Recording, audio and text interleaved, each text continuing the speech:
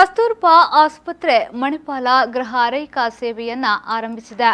ಮಣಿಪಾಲ ಆಸ್ಪತ್ರೆಯಲ್ಲಿ ನಡೆದ ಸಮಾರಂಭದಲ್ಲಿ ಗೃಹ ಆರೈಕೆಯ ಸೇವಾ ವಾಹನವನ್ನು ವಿಧಾನ ಪರಿಷತ್ನ ವಿಪಕ್ಷ ನಾಯಕ ಕೋಟಾ ಶ್ರೀನಿವಾಸ್ ಪೂಜಾರಿ ಅವರು ಹಸಿರು ನಿಶಾನೆಯನ್ನ ತೋರಿದ್ರು.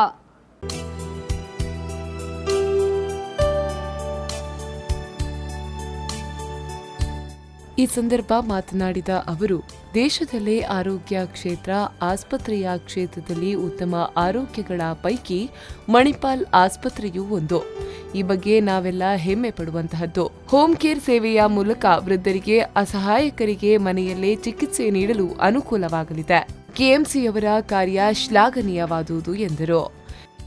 ಕೆಎಂಸಿಯ ಬಗ್ಗೆ ಮತ್ತು ಮಣಿಪಾಲದ ಮಾಹಿತಿಗಳ ಬಗ್ಗೆ ನಾವೆಲ್ಲ ವಿಧಾನಸಭೆಯಲ್ಲಿ ಮತ್ತು ವಿಧಾನ ಪರಿಷತ್ನಲ್ಲಿ ಮಾತಾಡುವಾಗ ಭಾರತ ದೇಶದಲ್ಲಿ ಆರೋಗ್ಯ ಮತ್ತು ಶಿಕ್ಷಣದಲ್ಲಿ ಪ್ರಥಮ ಸ್ಥಾನದಲ್ಲಿರುವಂಥ 2-3 ಜಿಲ್ಲೆಗಳಲ್ಲಿ ಒಂದು ಉಡುಪಿ ಜಿಲ್ಲೆ ಕೂಡ ಒಂದು ಅಂತ ಹೆಮ್ಮೆಯಿಂದ ಹೇಳ್ತೇವೆ.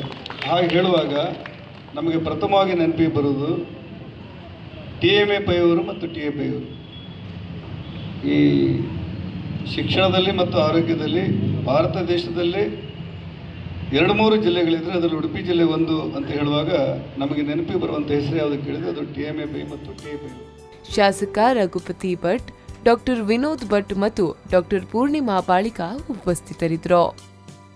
Pallavi Santosh, V4 News 24/7 Udupi.